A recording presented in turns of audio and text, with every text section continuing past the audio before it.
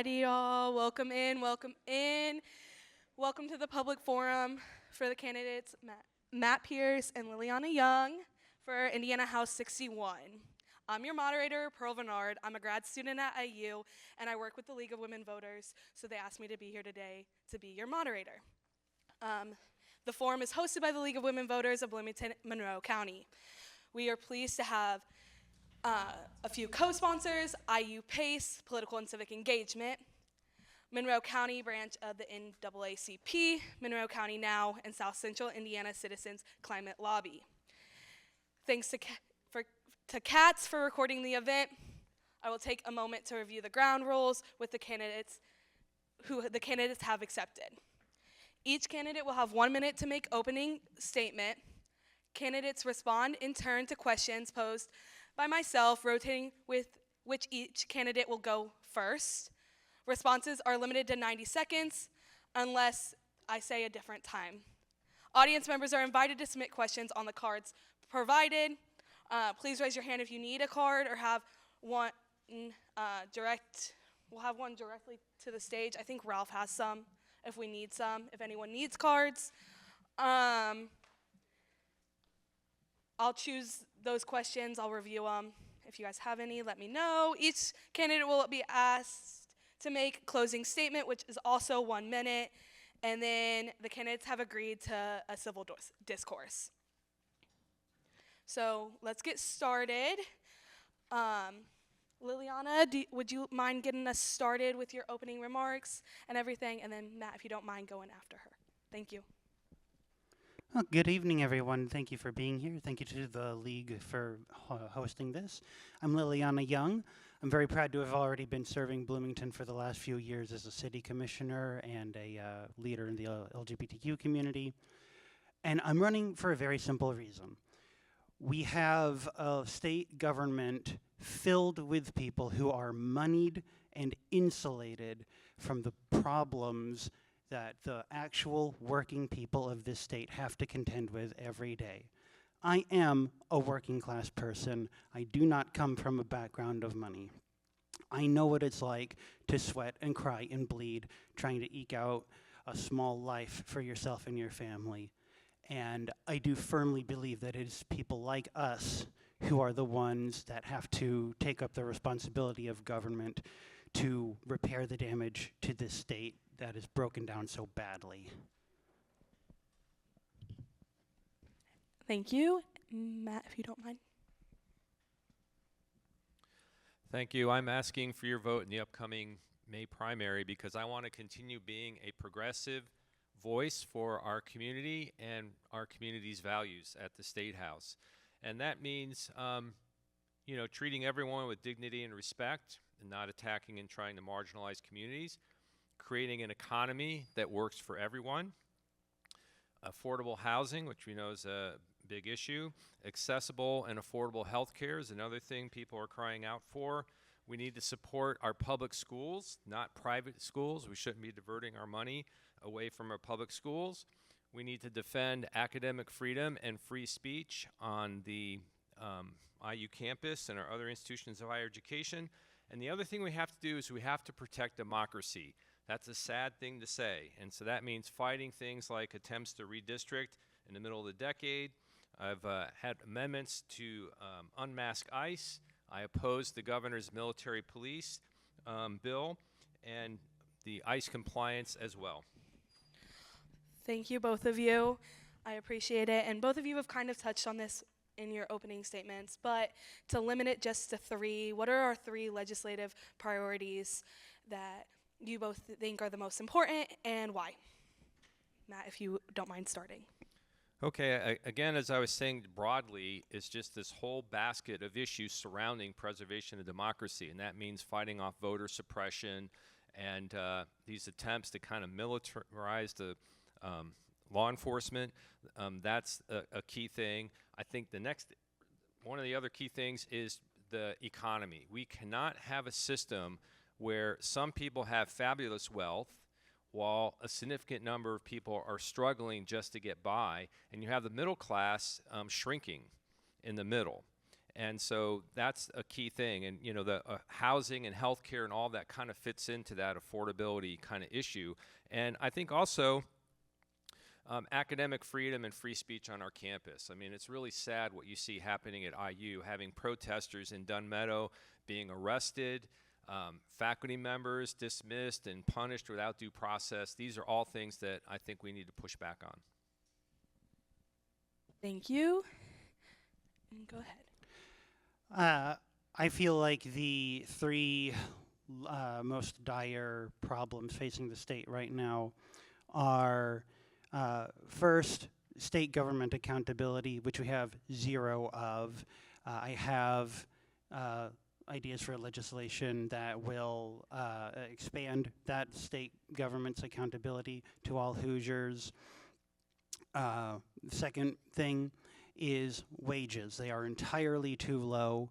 The $7.25 an hour minimum wage in the state is crippling families and working class people.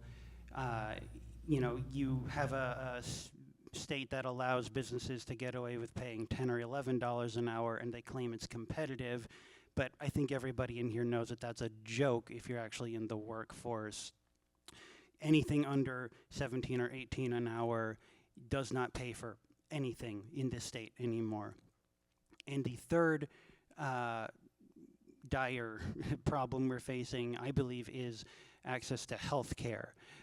My research finds 27% of people in the state are on one version or another of the state Medicaid program, and with things like the Big Beautiful Bill that has put some federal restrictions on that, and we have state level restrictions like work requirements and income limits. I want to repeal all of those. Thank you so much. So our next question is, what steps would you take to ensure transparency and accountability in the Indiana Economic Development Corporation, and how would these efforts translate into better wages and economic opportunities for Hoosiers? Thank you. Liliana, you want to start this? I apologize. Could you repeat the question? What steps would you take to ensure transparency and accountability in the Indiana Economic Development Corporation, and how would those efforts translate into better wages and economic opportunities for Hoosiers? Like any of the state agencies, I believe that what we are going to have to do is put down hard legislation that the governor or other agency heads can't weasel their way around, which is a huge problem we have. And once we actually introduce some hard-coded legislation to set bare minimum standards, you know, this will give us, you know, higher wages and better worker protections and less corporate control over the state. So, you know, smaller businesses and companies will also have a better opportunity to thrive in the state with that loosening of the corporate grip. Well, the root of the problem goes all the way back to when the Daniels administration decided that having a regular agency, Department of Commerce, was not good enough for economic development because open door laws and other transparency requirements applied to that agency. So they decided to create, spin off this Economic Development Corporation. And the idea was they needed to have these kind of secret negotiations and deals.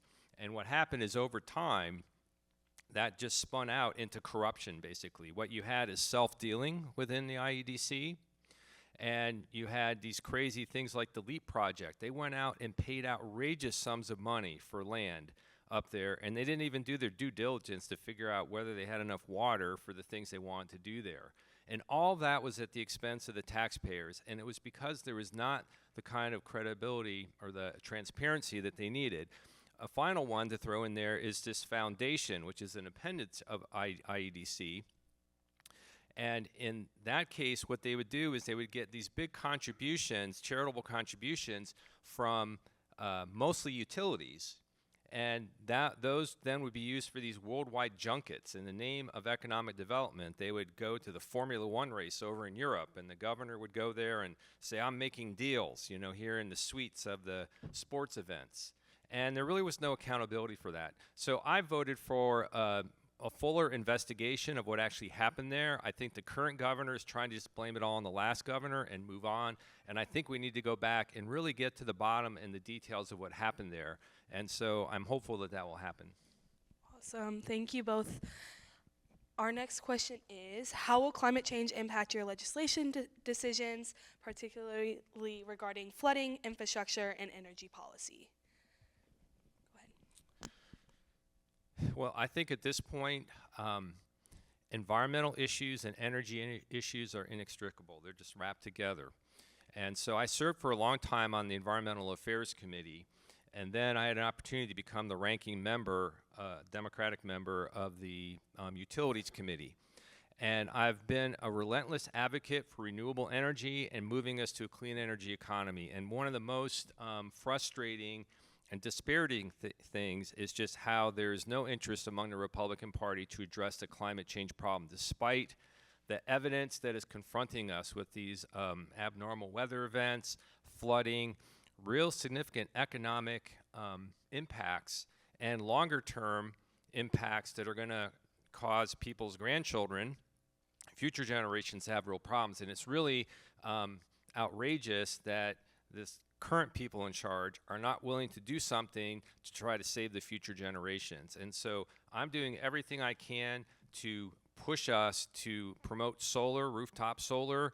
I fought the net metering law that kind of destroyed the economics of people being able to afford rooftop solar and become more independent and save money on their own energy bills on top of it.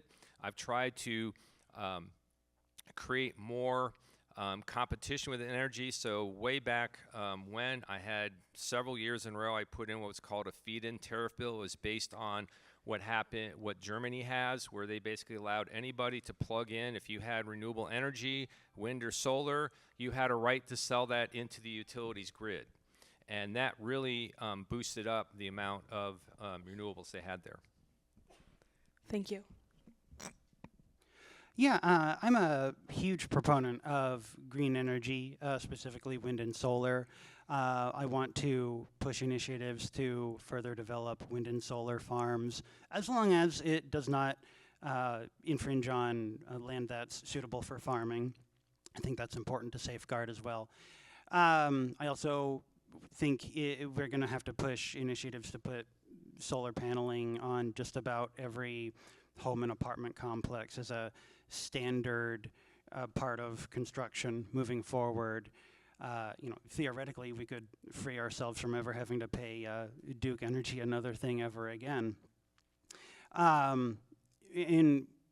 Aside from that, I also believe that we need to also have a set of legislation that will put a hard limit, not limit of foundational powers and staffing for the Indiana Environmental Agency. I apologize, I'm forgetting the exact acronym.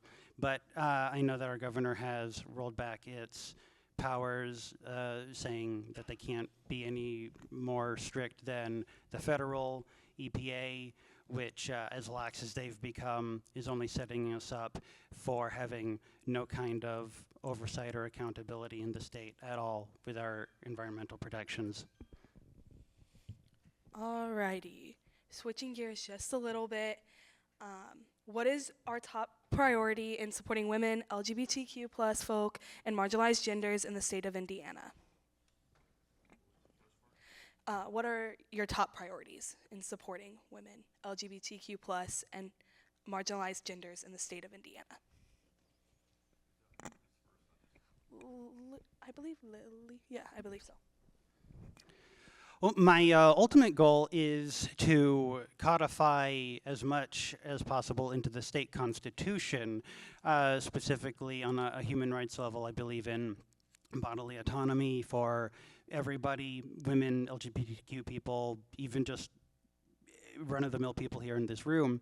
I also believe in codifying things like marriage equality, both interracial and same-sex marriage, and gender identity protections. If we can achieve that, and I know it's going to be a difficult process, but if we can achieve that goal of putting it into the state constitution, then that makes it almost impossible to further infringe upon, when we have the nothing that we do right now, or even state level laws would certainly be an improvement, but even with that, there could still be ways to try and weasel around it.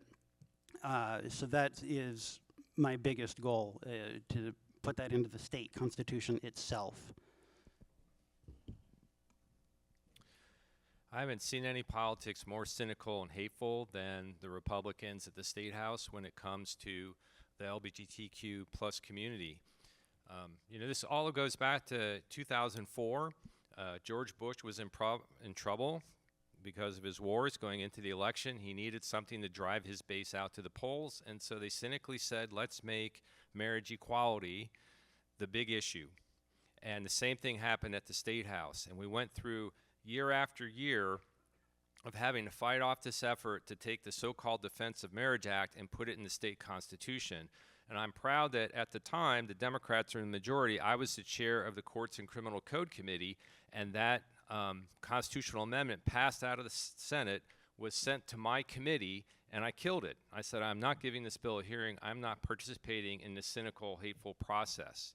Since then, they moved on because the issue turned on them, right? And it no longer had the political power to attack marriage equality. So now they're attacking trans people. And it's sad. I fought off those efforts to basically marginalize that community. And I've co-authored several bills with Representative Campbell from Lafayette that attempts to at least begin to claw back this attack on parents' rights to decide what kind of health care their kids could get when they need gender-affirming care. And so I'll continue to work on those issues. Thank you both. How do you plan to reach out to the other side in order to make progress? We know the Indiana House is majority a Republican House. They have a supermajority, so how do we plan on reaching out to them? Well, what I have found during my time in the legislature, that you have to demand respect from the majority party. You can't just be kind of the go-along, nice guy, junior partner. You've got to really get up in their face sometimes, but you have to balance it out, because if you get in their face too much, you end up getting marginalized yourself. And so what I found, just one example, is the speaker went too far one day, and he ruled out, we had an amendment to expand voting rights to an election bill called Various Elections Matters. And the speaker said that our amendment was not germane, it violated the rules and could not be voted upon, which was insane, because this bill had like 50 different election provisions of all types in it. And so we appealed the ruling of the chair, and we debated it. And I basically told the other people, like my other fellow Democrats, stand back, I'm taking this one. And I really went after the speaker full bore. And I went through every single provision in that bill. I pointed out that it said Various Elections Matters for the title. And I said, what the speaker just did here today is an abuse of power. And I challenged them to say, why are you afraid to vote on these bills? Why are you hiding behind the rules to prevent yourself from being held accountable to the voters? And I said, it's got to stop. Now, the interesting thing is, for about the next week or so, there was not a single ruling by the speaker that our amendments were out of order on stuff that I think probably was stretching it a little bit. So you got to learn how to push hard and command respect. I'm old enough to have watched Republicans in Indiana, in Texas, where I was born, and the national level in other states, become increasingly less interested in compromise, in discussion, in debate. They have, especially in the last decade, become the my way or the highway party. And I as a matter of principle, don't believe in trying to reach across the aisle because I don't believe you can anymore. My goal is to do everything possible to organize the Democrats in the state house as a formal obstruction party, which is something Republicans are extremely good at in the times when they are a minority party. They never let being a minority party stop them from achieving anything or playing a longer game to claw back power later. And that is actually my goal in the state house. Alrighty. We are again gonna shift gears again. What actions, if any, would you take to address the need for affordable housing in Bloomington and in the state of Indiana?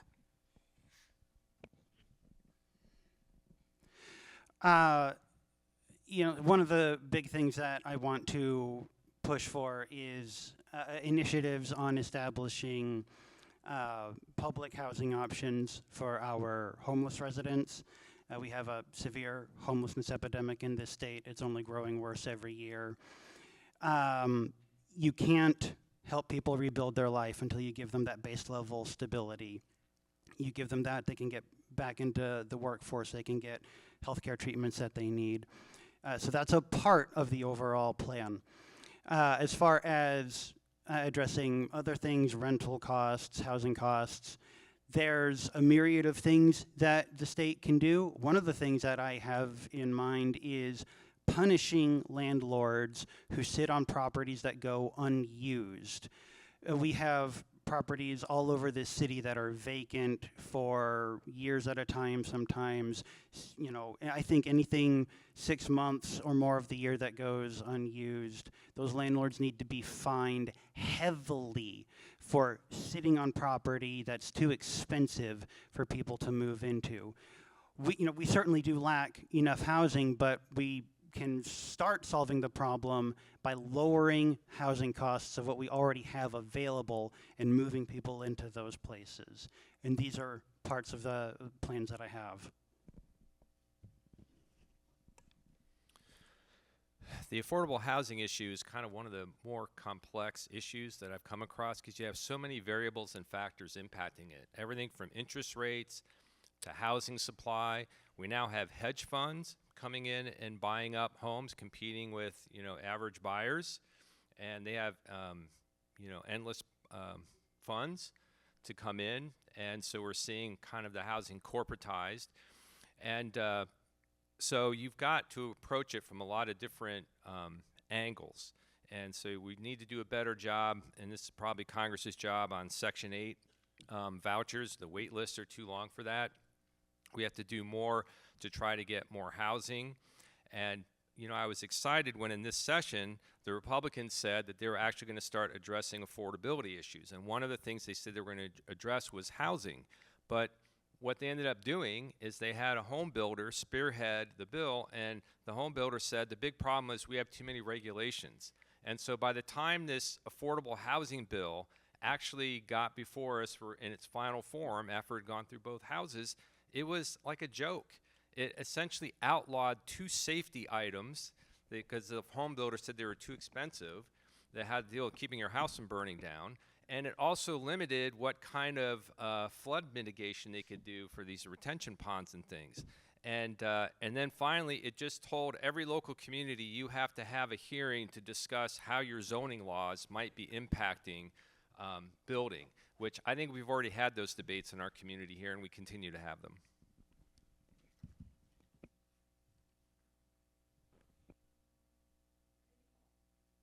Maybe turning on the mic would be helpful here. We've both answered that question, yes.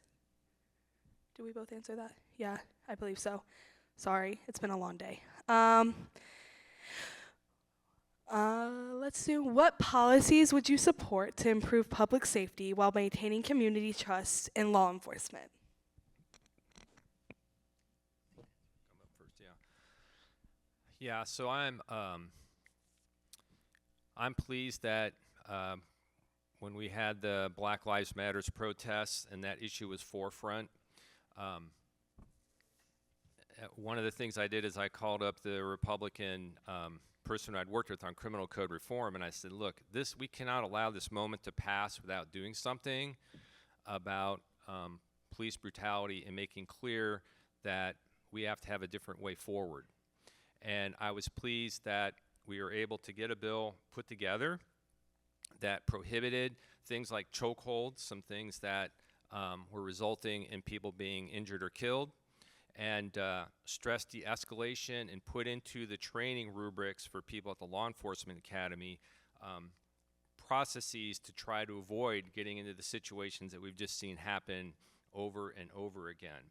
And so we have to keep after that, because after a while kind of people forget and they maybe resort back to the old ways. But I think that the other thing that bill did, which I thought was really important, is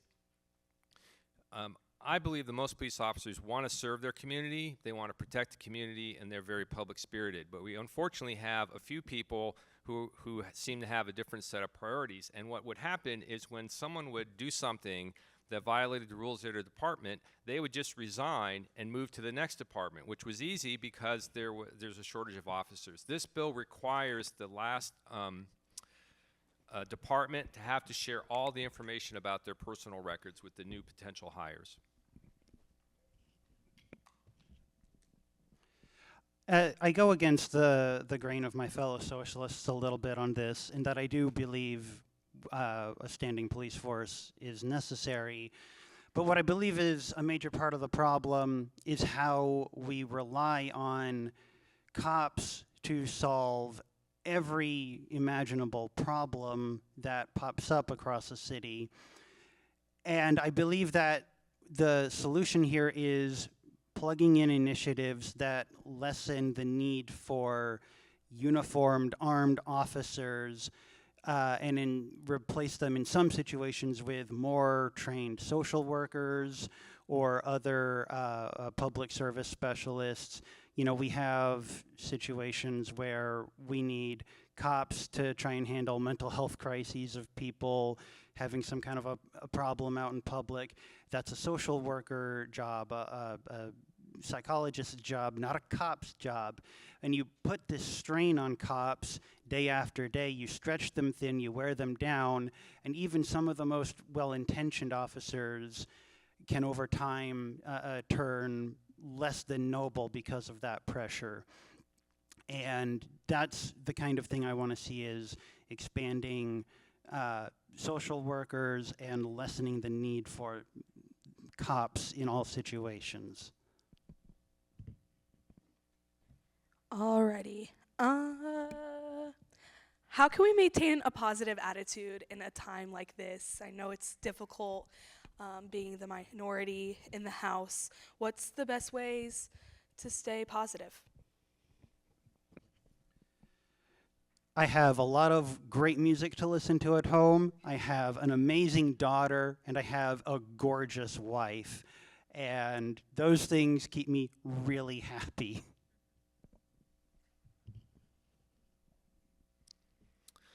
Yeah, I have to admit, there's some days where just things go so crazy up there, you just want to kind of drop your head on the desk and say, like, I surrender. I mean, what can you possibly do to talk any sense into people? Or the worst thing I hate is, like, you made really good points on that bill, but I couldn't vote with you because, you know, my leadership would get mad at me or something.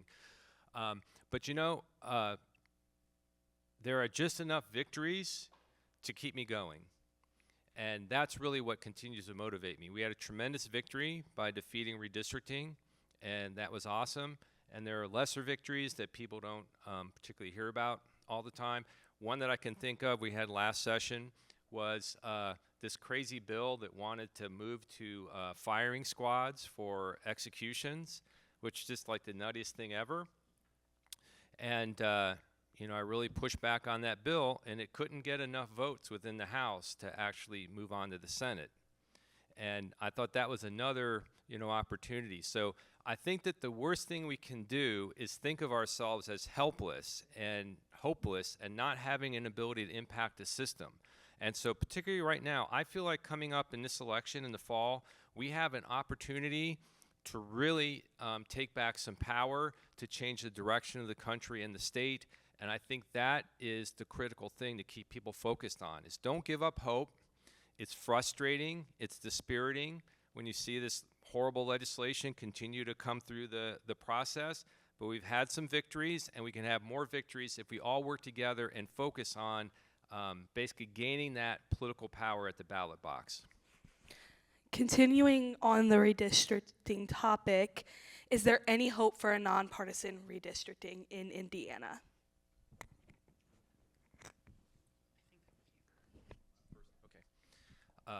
Yeah, this is really tough because I've offered some amendments on that. I've been kind of, I think it's because I drew the short straw, but it ended up being like the House Democrats' point person on redistricting, so I had to read all those grinding legal cases and everything.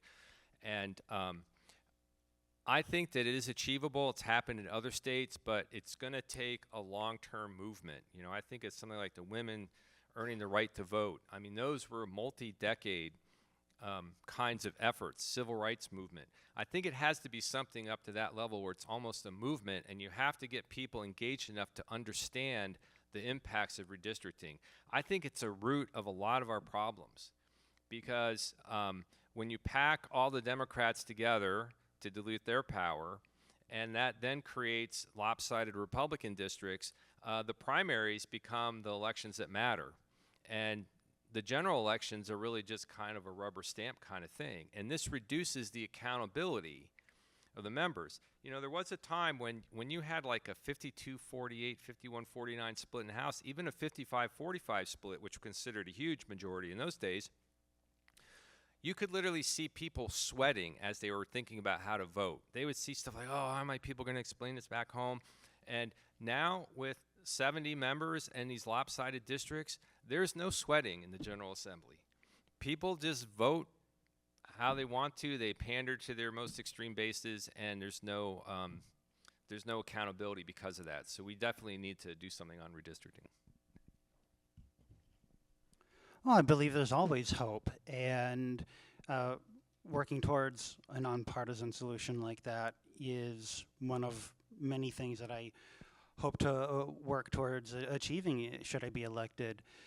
But it isn't just going to be about the people in the state legislature. It's also going to be about people like those of you gathered here, adding your voices and your pressure from the ground level onto our legislators and other members of the state government to help make that, turn it from just something that we can hope for into an actual tangible solution.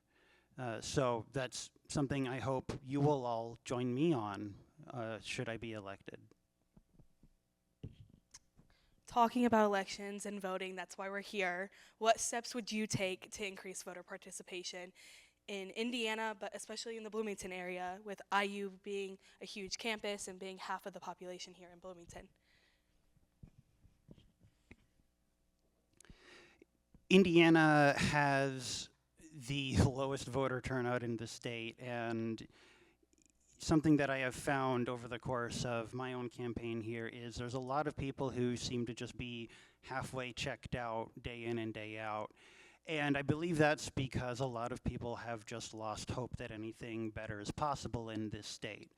But I have seen over the last year all across the country, the most deep red districts and the most deep red states have been flipping blue, including my former home state of Texas.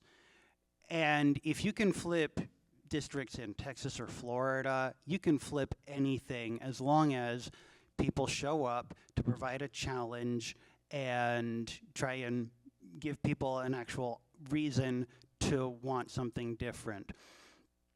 You have to make people understand that it is okay to still dream of a better Indiana. I dream of a better Indiana. It's why I'm running.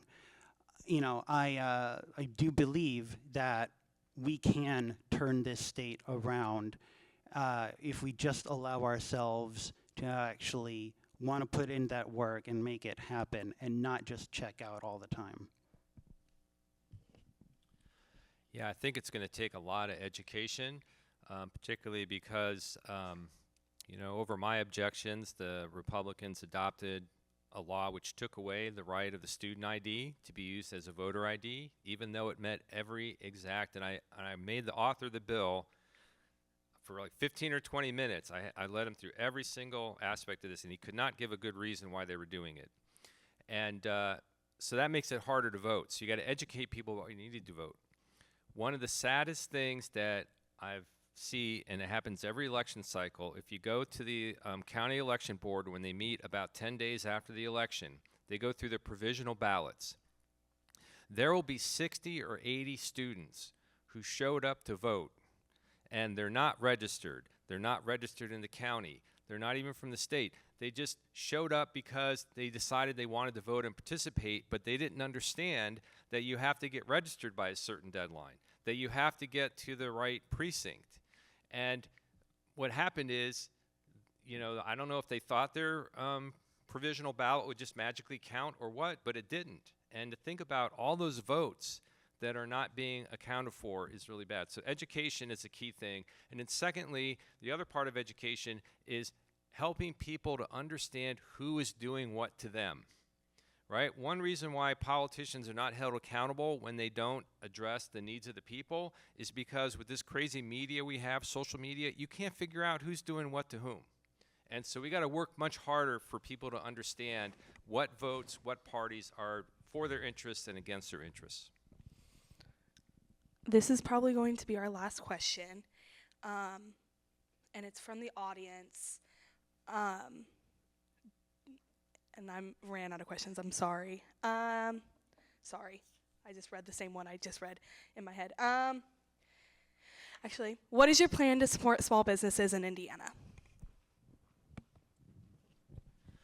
Well, I think if you get back to the Indiana Economic Development Corporation, one of the biggest problems is they just got into this mindset of we're going to get the Fortune 500 company to come build a big factory here because we're going to give them these tremendous benefits. We will outbid the corporate welfare that we'll give to the people to get them here. And they ignored the ability of the small businesses, the startups right here. And so this is one thing where I agree with Governor Braun. He seems to be trying to redirect IEDC to be more focused toward something beyond just central Indiana and kind of the big corporations and the big kind of long bomb deals like the LEAP district. And so I think that we need to redirect our efforts so that small businesses, that business that is prospering and it needs to get to the next level, but it needs some help to get there, how do we help them do that? And then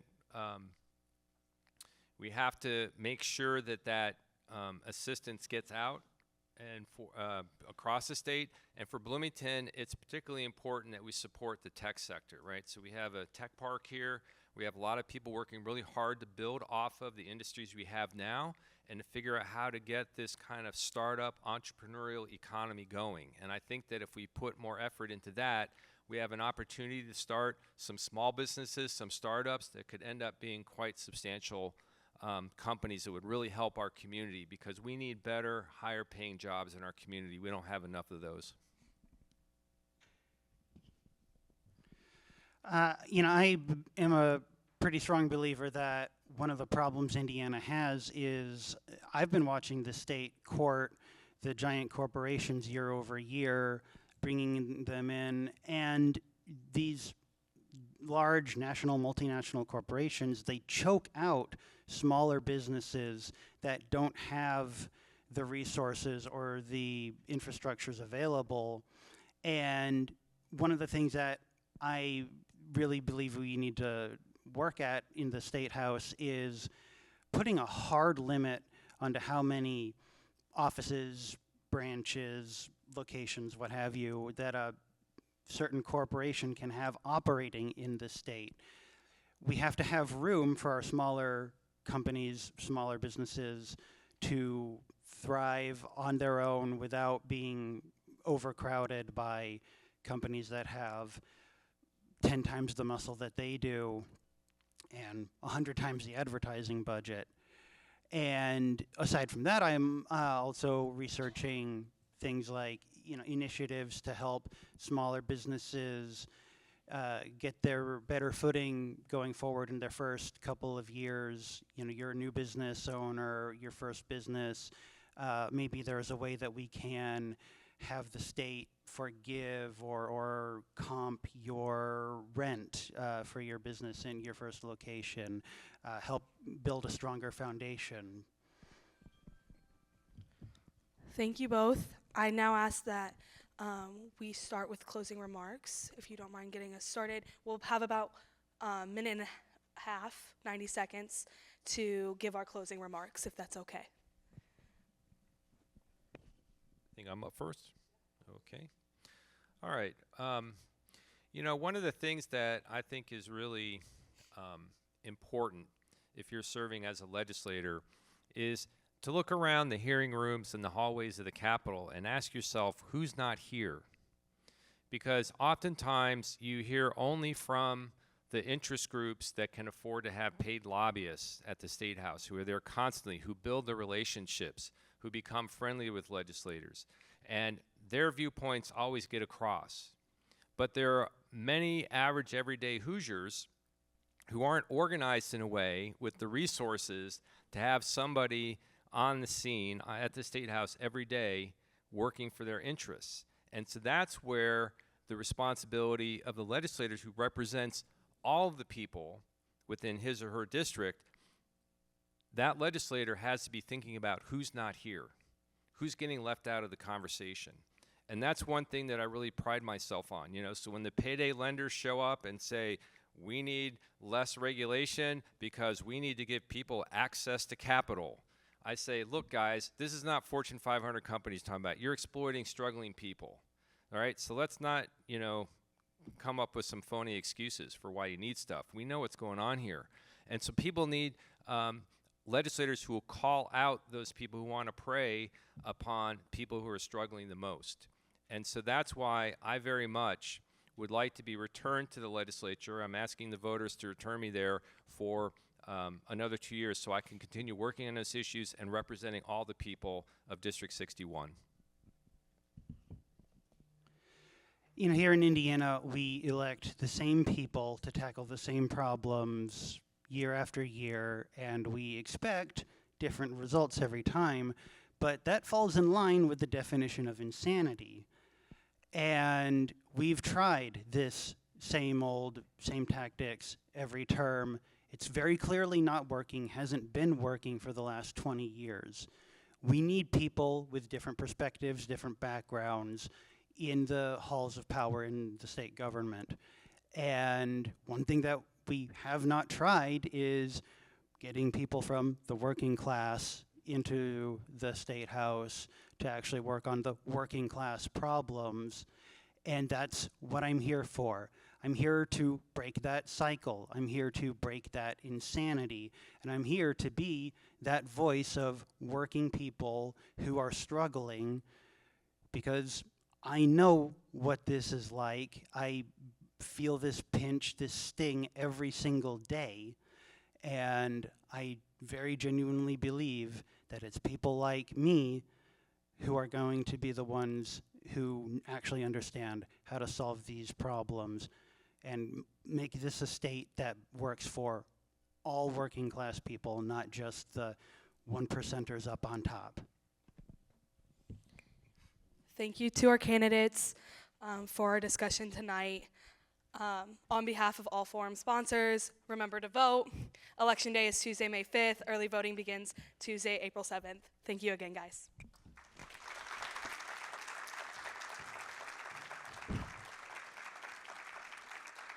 Okay, welcome everybody. Good to see you here. Try to keep the mic in position so you can hear me. Welcome to the public forum for candidates for Monroe County Commissioner. I'm your moderator, Steve Hinnefeld, affiliated with Limestone Post Magazine, Bloomington Press Club, and other stuff. Primarily here for Limestone Post Magazine, I guess, tonight. This forum is sponsored or hosted by the League of Women Voters of Bloomington, Monroe County. We're pleased to have as co-sponsors PACE, that's Political and Civic Engagement, Kappa Tau Omega chapter of Alpha Kappa Alpha, the Monroe County branch of the NAACP, Monroe County NOW, and South Central Indiana Citizens Climate Lobby. Um, Thanks to Katz for recording the event. I'll take a moment to review the ground rules so that everybody knows the candidates have received these in advance. I believe each candidate will have 1 minute to make an opening statement. The candidates will then respond in turn to questions posed by me, rotating which candidate will answer first. Responses are limited to 90 seconds unless I specify a different time. It may be that some questions are more complicated than that, or you don't have to go 90 seconds. You don't need to use your full time. Audience members are invited to submit questions on the cards that are provided. So please raise your hand if you need a card, or if you have filled out a card and have one to be collected and brought up here to be read. I'll try to get to the questions that I can. Try to avoid duplication if I can, and try to cover a range of topics if we can, hopefully. Each candidate, after we go through the questions at the end of our 45-minute session, each candidate will be asked to make a closing statement for 1 minute. The candidates have agreed to have a civil discourse. Monica over there is keeping time. She'll let the candidates know when they're approaching the 1 minute mark and when they hit it. And so candidates, please try to agree to that. So our candidates are Trent Deckard and David Henry in the Democratic primary for County Commissioner, the one seat that's up this year, or yes, this year. So let's just go ahead, go alphabetically, and Trent, you go first, and then we'll rotate back and forth. Thank you very much, and good evening, friends. It is wonderful to be with you, and I want to thank the League for hosting and Steve for moderating and that wonderful panel that we had before. My name is Trent Deckard. Everybody hearing me okay? Yeah. Awesome. My name is Trent Deckard. I am currently a member of the Monroe County Council. I was caucused into my seat in 2019 and elected in Monroe County in 2020 and then again in 2024. And I'm very pleased to be running for Monroe County Commissioner for District 1 on a community of care platform. And with this, I build into this community of care, building a little bit on some of the things that I've done in my life. I've worked in this community for a long time in a variety of roles as a congressional aide for former Representative Barron Hill, as an agency head and co-director of elections for the state of Indiana, and as a chief of staff for the Indiana House Democratic Caucus. And simply put, I believe the community of care means that we take experience, we take the elected officials that we have, and we work together in a collaborative fashion to get things done. And I look forward to getting into that this evening.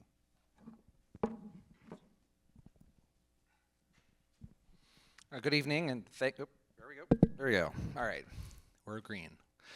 Good evening, and thank you to League of Women Voters and partners for hosting tonight's conversation. I am David Henry. I'm running to be your next Monroe County Commissioner because too many people in Monroe County ask the same basic questions every primary, every election cycle. Can I afford to live here? Can I find a career here? Can I build a future here? Am I safe from the decisions in Indianapolis and Washington here? And they are the same questions asked term after term. Monroe County is just not working for so many people in our community, and the facts don't lie. When 1 out of every 4 of our friends and neighbors live in poverty, when half the kids that went to this school in the MCCSC this morning are on free and reduced lunches, and most people are struggling to make the rent, let alone a mortgage, we need a new direction in Monroe County. We've had conversations, we've had studies, we've had meetings, we've had plans, but families are still getting priced out, and too many young people don't see a pathway to stay here. These are serious times that require courage, action, and results. That means a change not only in how we do business in the county government, but in our county commission and how they see the community, making it easier and not harder for people to live here and not just survive living in Monroe County, but thrive living here too. I look forward to getting into the questions tonight. Thank you for being here. Thank you, candidates. Please do take note of the time. So we have some starter questions that were submitted to the League in advance by the sponsoring organizations.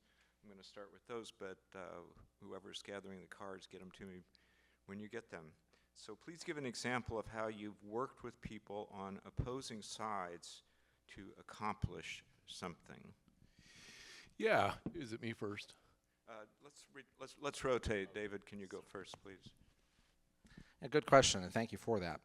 I had the privilege of being the only person up here that served as president of our local election board, which means I had to sit next to a Republican for over a year and try to make local election decisions to benefit the whole community. One of the things we worked on the election board was trying to move toward a vote anywhere center model for our community, which would mean that making it easy to vote or buy groceries is driving a car, stopping to vote on the way home from work.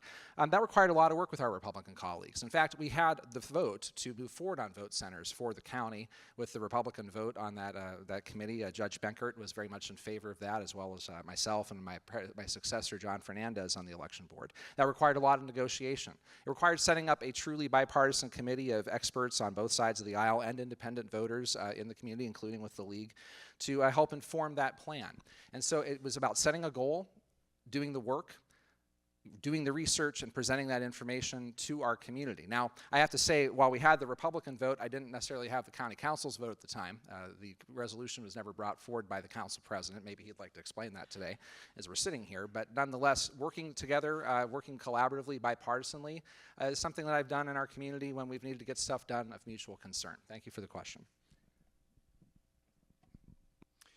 Well, serving on the county council since 2019, it's one of the few bipartisan bodies that we have in Monroe County. There is a Republican on that, and Councilor Hawk will tell you that while I don't always agree with her, a lot of the time, she definitely is a commanding presence, and you have to work with her in that role. And in a variety of different subjects, I've done just that. Kind of going a little bit to what David spoke, I actually learned about working in a bipartisan fashion as an agency head. So I served as the Democrat co-director of the state election division, which is one Democrat co-director, one Republican co-director, and literally everything they do, from paying the light bills to printing the manuals that some of our election administrative staff, some of them in the audience, everything they do has to be agreed upon. We, every day coming into that office, had to reach agreement. And sometimes we had to reach agreement on very critical things such as voterless maintenance. So when you hear things about voter purges, other things like that, we had to come to safety discussions about how you can have voterless maintenance that protects voters and moves voters forward. Speaking of which, when I was co-director, vote centers were first conceived and thought of. And I actually was the voice on that talked to counties how we responsibly adopt those so that you can be guaranteed that your distance to a voting location is not extreme or burdensome. The Republicans at that time wanted to let vote centers run wild.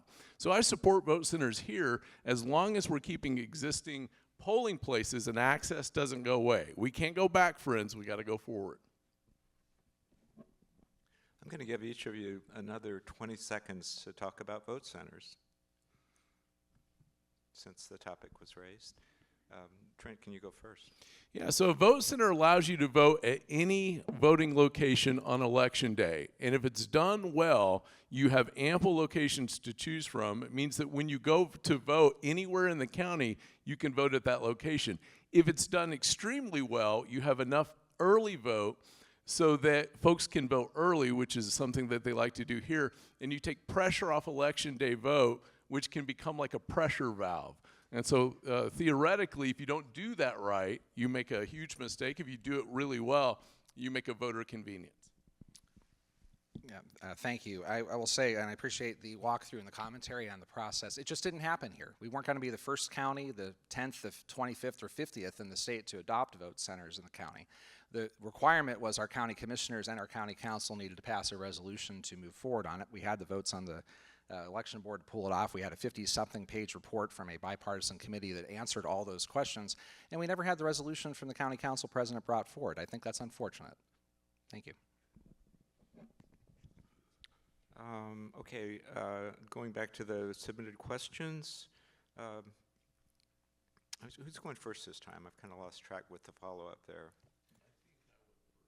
You went first last time. Okay, David, since you brought up affordable housing in your opening statement, what actions, if any, would you take as a commissioner? What should the commissioners take to address the need for affordable housing, keeping in mind that we have to talk about things that are feasible and affordable in itself and can be accomplished? I'm sorry, you said feasible and affordable? That was your comment, Steve? Yeah, I just want to make sure I heard it. I'm sorry, what? You said feasible? That was that was the word used? Yeah, actions that are feasible. Yeah. No, thank you. I appreciate the question. I have the good fortune of representing our county council on the Monroe County Plan Commission, and that's really the front line of the discussion between city and county and how we're going to grow as a community. Our community has not had a plan since 2012 on how to grow our community. The comprehensive plan of the county is antiquated. We have a development ordinance in the county that makes a lot of decisions about how we grow and develop in the community that's quite old and quite antiquated in its thinking. The county needs to be a partner in how we grow as a region. And for too long, the Board of Commissioners, the Commissioner majority, has treated that conversation as an either or. Yeah, it's city versus county, town versus gown, Ellettsville versus Bloomington. And we need to move away from that, because the truth is this: as each generation moves up, as kids in this building that are in 8th grade now that will be seniors graduating high school at the end of this term look to try to stay in Monroe County, they cannot find an affordable place to live. They cannot find a career, not a job, but a career that will keep them here and make them a 2nd, 3rd, 4th, 8th generation Monroe County resident. This is a vital issue for our community. Now, the steps that we need to take are having a commission majority that are looking ahead to those generations and starting to think through how we develop against a triple bottom line, what I call our triple bottom line. Are we taking care of our people? Are we taking care of the planet and the environment that we inhabit in Monroe County? And are we helping to build middle-class prosperity that is becoming harder and harder for more people to reach? We need to revisit the county development ordinance, and we need a plan for the county that attracts the 21st century jobs of this community, tech jobs, but also high-paying labor jobs and wage jobs, whether you work on your feet or with your hands or with your heart. Thank you. Well, I agree with David on a lot around affordable housing and the county being an active partner. And the way that this gets done is something unique that we are going to try in politics for a change. We're going to actually say we're going to collaborate together, and then we're going to actually lead people to collaboration. Too often, and some of the elected officials in the room, they know what I'm getting ready to say here. Too often we get in the room and somebody says, "Hi everybody, I've got a plan, and here's that plan, and I just need you all to back that plan, and then we'll have it." On an issue like housing, where we have a lot of diverse opinions on how that works, we need elected officials that can get people to the table to have the tough conversations. And when I say people at the table, I mean residents, business leaders, concerned parties who can come to the table and then say, how do we do this and take care of your concerns? How do we do this and move forward versus what we've had, friends? And that is my way or the highway that leads to stalemate. You know, doing the same thing over and over again is continuing to put people into office that just hand us a plan, and then the plan gets debated or they get defeated. Let's actually do something so that the west side of the county and beyond can actually look at growth that folks have meaningful input on. And also for those generations who need a job, and we need to attract those jobs, they have a house that they can go to, that we can begin to talk about childcare, which is one of the giant headaches of anyone trying to bring a child up in this community.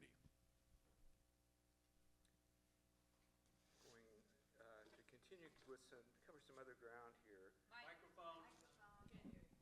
Thank you. How will you ensure that Monroe County prioritizes public safety and fiscal responsibility while protecting families and students in our public schools if local law enforcement is asked or forced to cooperate with ICE? A lot going on in that question. There is a lot. Is it me? I'm sorry. Yes, how will you ensure that Monroe County prioritizes public safety and fiscal responsibility while protecting families and students in our public schools if local law enforcement is asked or coerced to cooperate with ICE? Yeah. So this is, I think, asking for kind of a statement of philosophy regarding that general topic rather than necessarily specifics, if I may editorialize. You're doing great. So when I look at that question, I take it into two parts in my philosophy. Number one, we have a sheriff that is very publicly out and about and talking to people about how public safety works, as it should be. I'm not the sheriff, nor am I the judge, nor the prosecutor. We have very competent, qualified individuals doing that role. As commissioner, my job is to support them and encourage them in that public outreach. And also to start by simply focusing on individuals in this community whoever they represent or whatever their background and say, what makes you feel safe? What makes you not feel safe? And I want to jump over to ICE on that very note. As a member of the IU Bloomington Faculty Council, I've been allowed voice about ICE encroachment on this campus. And frankly, friends, we said, hell no, we don't want that. Now, they've tried to gut the Faculty Council, but we still have our voices under this Constitution and in this country. And so ICE and bullying is not welcome in this community as long as I'm a commissioner. And I will work with any other elected official that will help me championing that. And it is our job to stand at the doors or any door that we need to prevent a bully from getting either a child in this school or a child in this community or any person that wishes to make this home and otherwise has caused us no harm. That's who we are in Monroe County, and that's what I would do both on safety and when it comes to thinking about ICE encroachment. Every elected official, whether you're a commissioner, a county councilor, a prosecutor, a judge, a sheriff, has taken an oath of the Constitution. That oath has, for the Constitution, has a Fourth Amendment in it. We do due process rights in Monroe County. I took an oath of the Constitution. I'm not going to violate it for anybody. And as I've said in other candidate forums, this is the difference in changing the culture of the county courthouse, where a county commission has a county legal department that needs to, frankly, get prepared to get into the good trouble. Because we're going to have to be dealing with, in very short order, Senate Bill 76 has been signed, a attorney general who is seeking to harm our community. And I think that's as basic as that. We took an oath. And to go beyond that, I will say this. Leadership is about more than just providing support to other elected officials. County commissioners don't just have their constitutional duties of zoning and planning and holding meetings on Thursdays at 10 o'clock. They actually lead in the community. And that means that if we do have other elected officials that are exercising their views locally, it's okay for the Board of Commissioners to call out through leadership what needs to be done and not done in our community. There's Indiana code, which you must follow, but there's administrative rules locally, which are really up to other candidates like judges and prosecutors that run for office on their preferences on how they'll work or not work with ICE. We've been very fortunate that the only sheriff in Indiana in 92 counties, Ruben Martez, said no when it comes to working with administrative orders from ICE, which is not the same as a court bench order, to cooperate. We need to get behind that sheriff. We need county commissioners that will say what I've said out loud and to remember their Fourth Amendment oath to defend the due process rights of people in this community. Thank you. So we have several questions about the jail issue, not surprisingly. And I'm going to read a couple of them and ask you to respond to those and then possibly a follow-up as well. So submitted in advance, how will you ensure that Monroe County, how will you balance a new jail's civil rights compliance with calls for expanded incarceration, including state legislation, state laws, and also related, the county council voted down the Park 46, the location between here and Ellisville for the jail. What have you done to advance the project since that time? To start with. David, I believe you go first this time. Sure. Thank you.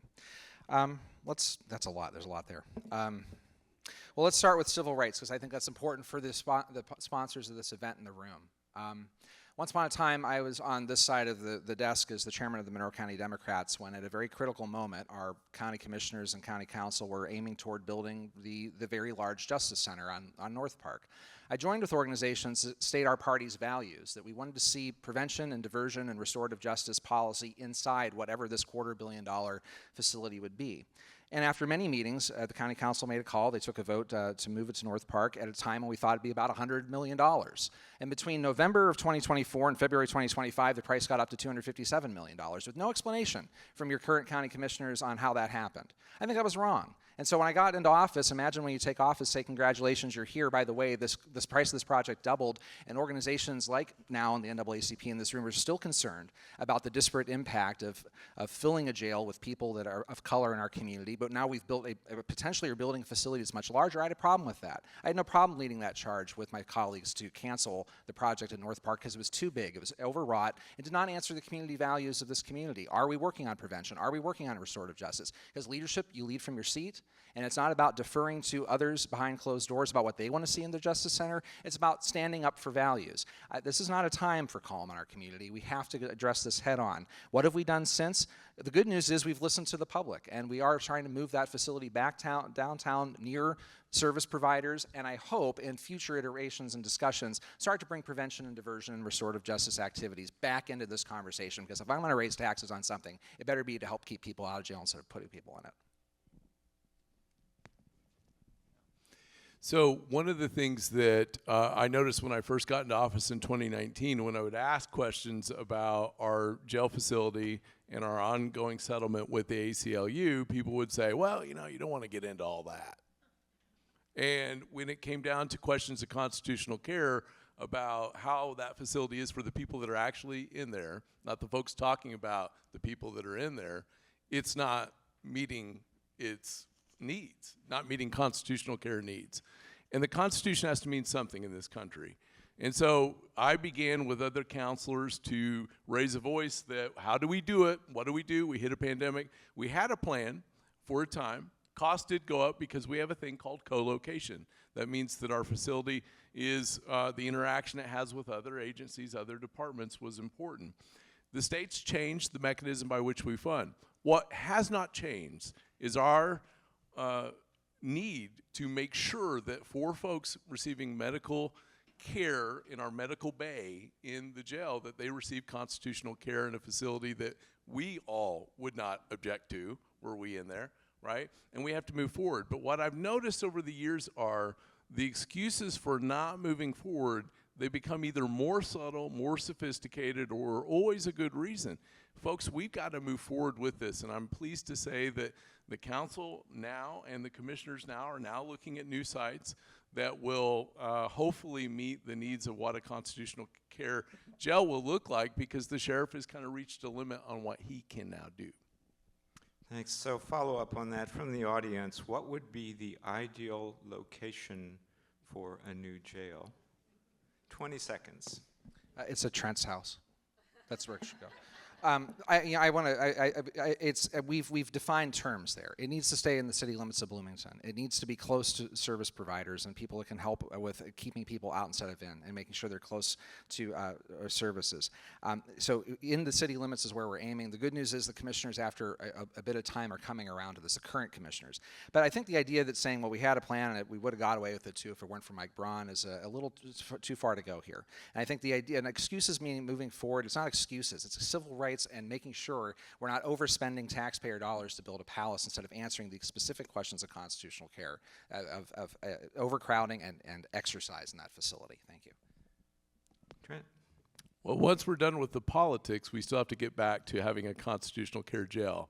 And the bottom line is, on location, it has to be a place that meets the needs of access to the facility. It also has to meet the need of how do you now allocate or deal with the fact that you are not co-located. How do you do that? And then also we have partners that are also in government, the city of Bloomington. We heard from their council, they want to weigh in on this. We also heard from residents that they want to weigh in. So again, I go back to collaboration. Friends, we got to be very wary of my way or the highway approaches on how these things work, because that has put us in some of the messes that we're in. Okay, thanks. So here's a question submitted in advance as well. What would you do to increase residents' confidence in county government? But I think I want to precede that by saying, would you assess Monroe County residents' confidence in county government? Do you think it's high? Do you think it's low? Do you think people aren't aware of it? Do you think people know what county government does? And what would you do to make them more confident in county government? Your turn. So one of the things you learn in a campaign at doors is you get the honest truth from people, and there's nothing like a Saturday morning when someone's in the robe and they're not real happy to see you there for some of these things that we're talking about. And friends, I heard it Saturday morning. Do you know what they think? They think we fight too much, that we don't get enough done. And when you say, but you know, it's about, and but it's about this, but it's also, they say, yep, more excuses. How are you getting it done? And how you're working with the city, and how you're working with the town, and how are you not leaning heavily on others. That's what it is. Because at the end of the day, our folks in our county, they have a million different things that they're doing. They're dealing with academic deadlines. They're dealing with bills. They're dealing with healthcare visits that never end, or healthcare visits they can't get in the case of our county. And so they want us to go to work, and they want us to think a little less of ourselves. They want us to have some self-esteem, but not shut down our processes. And so I think that we all could take a page out of being a little bit more humble in our role, a little bit more self-serving, and it's probably time for us to reflect on how things get done by us being more collaborative and trying to figure out how do we get more people in the room. It's the number one thing I hear. How do you get more people into the room so we can get these hard things discussed and figure out ways that we can move forward together? Another thing I hear at doors, and I don't disagree, that the straw poll on county government's not great for our elected officials. I think for our county employees, our frontline workers are doing a great job. They need support from their elected officials to make sure department heads are supporting our frontline workers, which doesn't always happen in county government. We've had some incredible turnover in some of our departments because we're not doing the oversight to ask the hard questions in public. Collaboration is just a tool in the toolkit. It's not the goal, and it should not be the goal in a primary. It should be about results. Are we delivering results in our community, or is it 4 more years of collaboration and listening sessions? Because that's the Democratic Party's favorite tool in the toolkit when we have a hard problem, is we kick it down the road another 4 years with listening sessions and town halls. I hear something different at doors. Maybe we're at different doors. It's about results. And when you look back on the longer someone is in office, 6 years, 12 years, in some cases the commissioners have been in office since 2009 at the beginning of our lawsuit with the ACLU, they want results. They want to know that someone has set a goal, that we're holding county government to a standard, that they show up and they know that when they get a building permit, they're going to get their stuff built in a short amount of time, not 14 months to fix a garage. Like, it's getting to results and supporting our staff to do that. And we do that by focusing on ideas, because elections are really about ideas. We do the listening before we file for office. At least that's the way I've always run campaigns since I was 16 years old, running people for judge back in Ohio. We run on ideas. This is the League of Women Voters. You know, Charlotte Zitlow didn't run as a hat. She ran on issues. You bring your issues to the table and you put them before the public, and we vote on them to get results in our community. Okay, thanks. This is a question I've always wanted to ask somebody in county government, so I'm going to take moderator's privilege and ask this question. So the commissioners represent all the residents of Monroe County. A majority of those residents who are in Monroe County, who pay county taxes and so on, vote in county elections, live in incorporated areas. Majority actually live in the city of Bloomington. A fair number live in the town of Ellettsville, a few in the town of Steinsville. A minority live in unincorporated areas. As commissioner, how would you balance those disparate and sometimes competing interests between incorporated and unincorporated areas? One example that comes up was annexation. And I'm sure there are others you can think of. Yeah. And David, I think that's good. No, it's a great question because, when you're knocking doors in incorporated spaces, they don't understand. People are like, are we having an election, and who are you, and how do you work for the mayor is usually the question you get. County government has an essential role, and it's opaque. It's a very old institution in our state constitution. It does require a little education at the door about how city and county should work together, how unincorporated spaces and smaller towns should work together in our community. But I think, as I said in my opening statement, that's been our challenge. I think for the past decade and a half, we've set a tone in our county courthouse that says it is either or. It's city versus county. It's town versus gown. It's rural versus urban. Instead of thinking through how, as a region, we grow and work together. You'll meet people in townships that understand that while they didn't necessarily care for the city's approach to annexation this cycle, they understand cities grow. They just didn't like the way it was growing that particular way. Now, that's very much a conversation in Van Buren Township where I live. No one's saying we shouldn't be a growing county. They're saying they were concerns about the manner by which the previous administration went about it. And I think that's important to say. But the idea that what the county commissioner, hey, look, our friend. All right. What the county commissioner should do is do that education at the door and be part of that conversation. But we have a lot of work to do, undo 12 years of what has been somewhat adversarial between county and city. But the truth is, city people pay taxes. People in Ellettsville pay county taxes. City people pay county taxes. And we need to work together on ways that we grow regionally. That means attracting those 21st century jobs. It means having a plan for the county that updates and thinks about how we attract businesses along I-69 and also takes care of our watershed and environment as a whole community. Thank you. Turn. It was a good story. Hello? Testing.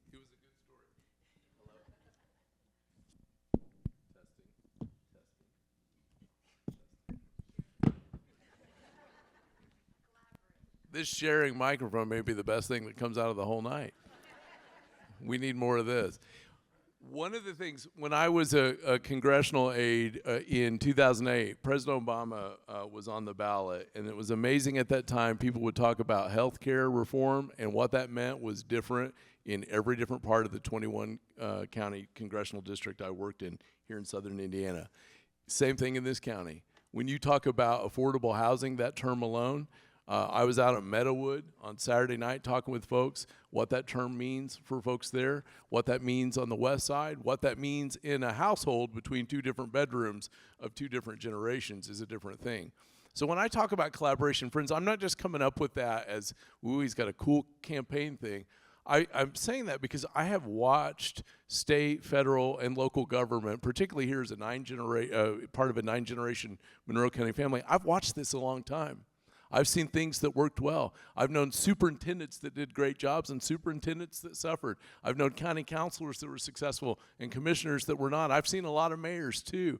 And the reality is that you don't get anywhere without stopping, listening, saying, how do we get here to talk about perhaps we can get some movement on this? What does this look like? And that takes a person that can go across those different lines. I always used to say in Ellettsville when people would be fired up about something, I'd say, I represent people on both sides of the border here. I just want you all to be okay. And that's an awesome thing in public service. Hey, thanks. We have a question from the audience that says, what would you do to improve, how could you work to improve funding for schools?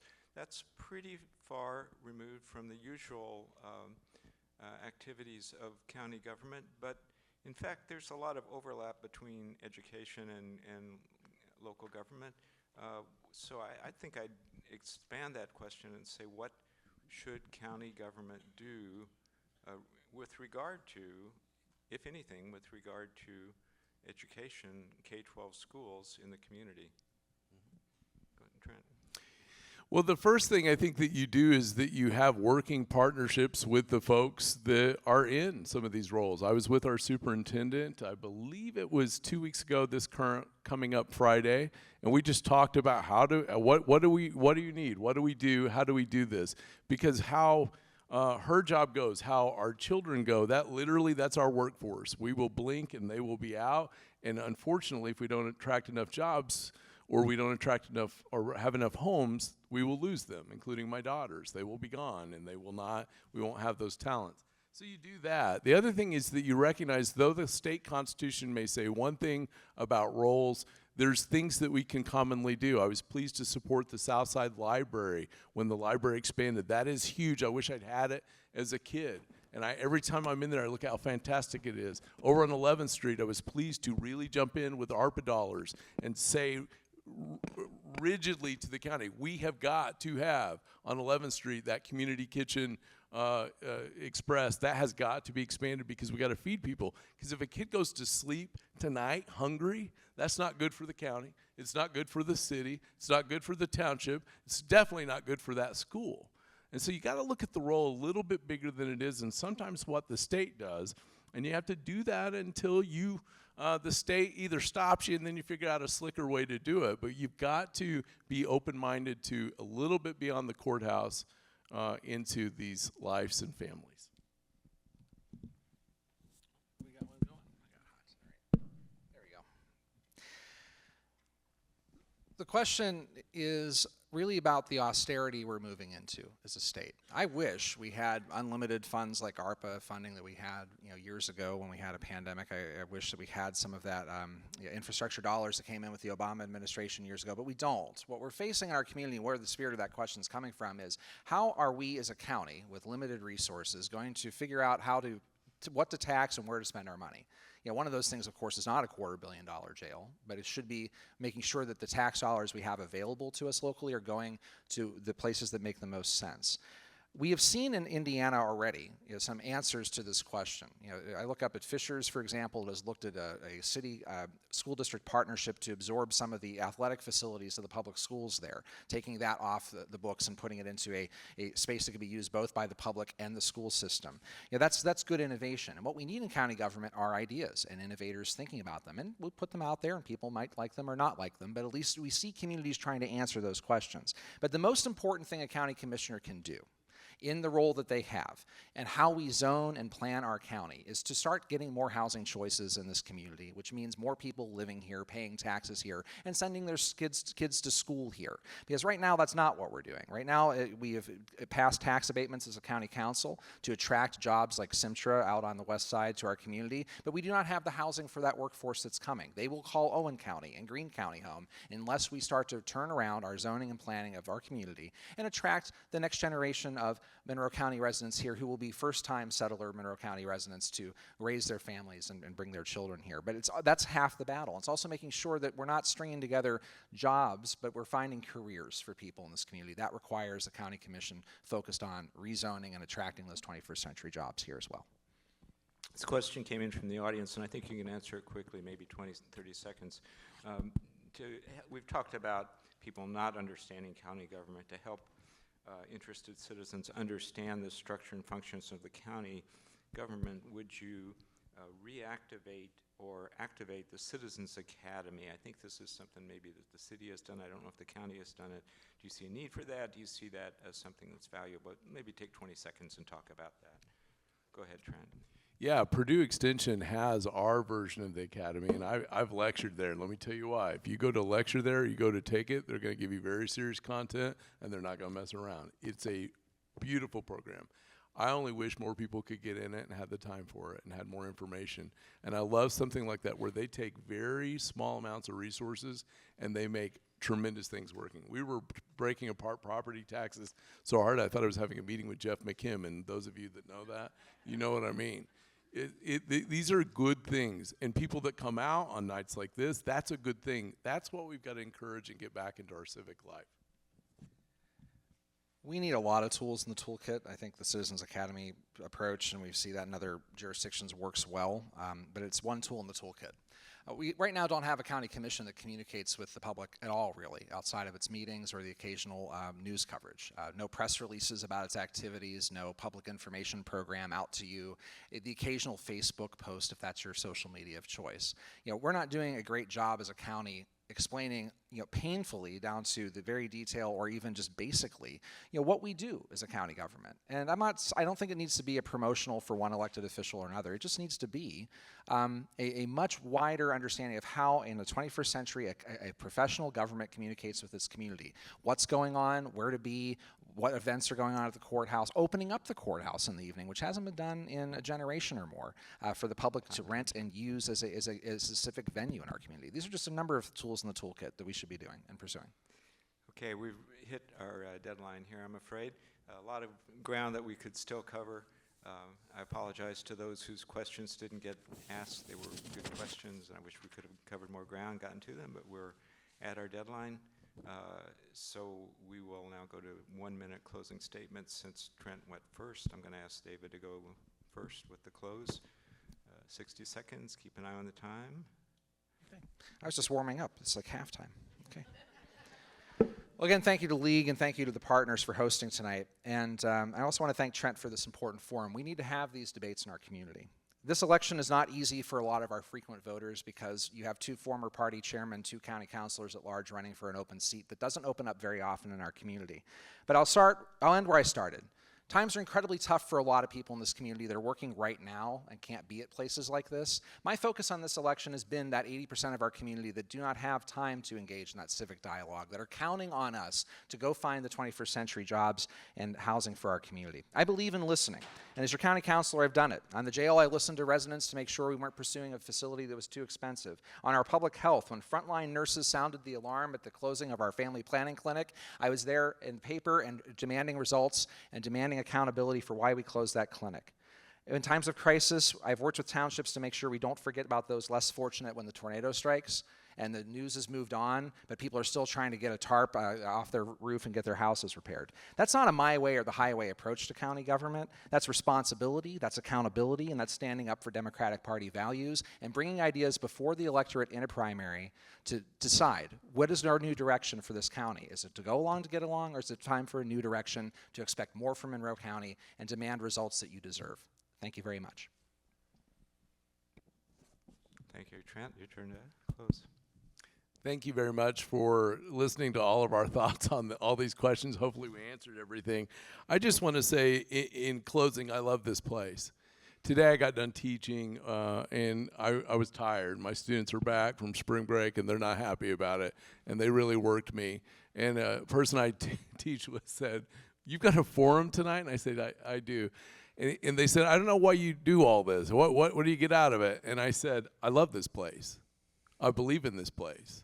This is where I am, and this is where I'll be." Unfortunately, a lot of people can't come here and be here, and they want to be here, and this is a good headache to have. Friends, we've got to be serious about affordability issues. We've got to have people in the room that can get people around these subjects and say, what do we do for workforce attraction, retention? How do we deal with environmental issues that keep coming through flooding and other things that make us more disaster response than not?